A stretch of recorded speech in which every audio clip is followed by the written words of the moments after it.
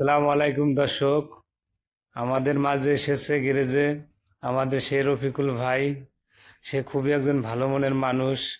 সে আসলে প্রকৃতভাবে একটু অসুস্থ, তারপর আল্লাহর রহমতে সে নিজে কাজ করে খায়। সে একজন অটো চালক। ভাই, আপনি এখন কি করবেন? এখন আমি গাড়ি বাই করবো ভাই, জান এই যে আমার গাড়ি, গাড়ি বাই করবো ভাই। এই গাড়ি বাই করবো, গাড়ি বাই করে ভাই আমি চালাই। আর ভাই আমি কিস্তি দেবো ভাই, 500 টাকা প্রতিদিন কিস্তি দিতে লাগে, এই গাড়িটা চালাই ভাই। সে মূলত আসলে অসুস্থ লোক। ও তারপরও আল্লাহর রহমতে কারো কাছে সে মাথা নত করে না। আল্লাহর রহমতে সে নিজ ক্ষমতায় সে রুজি করে তার সংসার চালায়। সে কারো কাছে হাত পাতে না, ইনশাল্লাহ। এই যে তার একটা অটো গাড়ি আছে, সে নিজে কিনে নিয়েছে।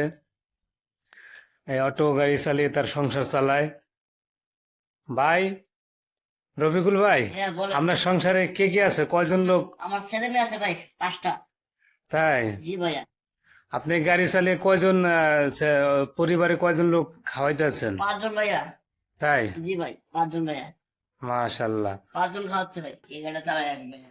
যাক, গাড়িটা কিনছিলেন কত টাকা দিয়ে ভাই? গাড়ি কিনছিল ভাই 1 লাখ দিয়ে দেয় ভাই। 1,20,000 টাকা দিয়ে। ভাই, ইনশাল্লাহ। কেমন কি রুজি হয়? আরেকটু সামনে আসেন, আমরা একটু দেখি, এদিকে আসেন, আলো তো দর্শক দেখুক। এই যান গাড়িটা হয় মোটামুটি ভাই, চালালে কিনা 500-700 হাজার টাকা হয় ভাই। 500-6 হাজার টাকা হয় দাদা। তাই? জি ভাইয়া। ভাই আহ, খুব কষ্টের ভিতরে আছি ভাইয়া। মানে একা মানুষ কামাই করে ভাই, এতটি লোক নিয়ে জীবন করছে ভাই, কোনো সমস্যা আছে? আপনি কোথা থেকে কোনো সাহায্য পান না বা কারো কাছে আপনি যান না? আমি চাই না ভাই, আর আমি সে জায়গা চাইও না ভাইয়া। আমি চাই আমি নিজে কর্ম করে খাই, আমি সেটাই আমি চাই। মাশাল্লাহ, শুনে খুব ভালো লাগলো ভাই। নিজের কর্ম করে সে তার সংসার বা পরিবার নিয়ে থাকতে চায়। সে কারো কাছে হাত পাততে চায় না। মাশাল্লাহ, এটা খুব ভালো। আপনি নিয়মিত গাড়ি চালান না ভাই? জি ভাইয়া, জি ভাই, নিয়মিত গাড়ি জি চালাই। জি। আপনি কোথায় কোথায় গাড়ি চালান? আমি গাড়ি চালাই ভাই, সাভার রোডে যাই। সাভার? সাভার থেকে নবীনগর, নবীনগর থেকে বাইক মানে এইটুকুর ভিতরে মাঝে।